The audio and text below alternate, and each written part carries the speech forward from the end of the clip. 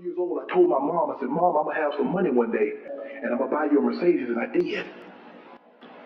When I came and I asked my grandmother, I said, Granny, what do you want? She always called me her baby. She never called me by my name. I said, you want me to buy you a car and teach you how to drive? She said, no, son, I don't want that. I said, Granny, do you want jewelry? She said, no, son, I don't want that. She said, son, I want a decent house. And I'm thinking, I said, well, my grandmother wants 8,000 square feet. But then I knew my grandmother, knowing her like I know her, after pausing for 5 or 6 minutes, I said, Granny, what is a decent home?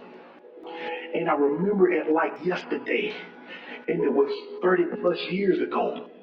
She said, son, I want a decent home. And her words verbatim is, she said, son, I want to go to bed one night. And she said, I want God to let it rain as hard as he possibly can. And I want him to let it rain all night long. And she said, I want to wake up and not be wet. That's a decent home for my grandmother. That's all she wanted. See, for 66 years, my grandmother never went to bed and had it rain and not be wet the next morning. See, I remember those days of putting the plastic coats on the bed. And I'm going to date myself, the Kroger sack, but now we call them burlap bags. I remember that.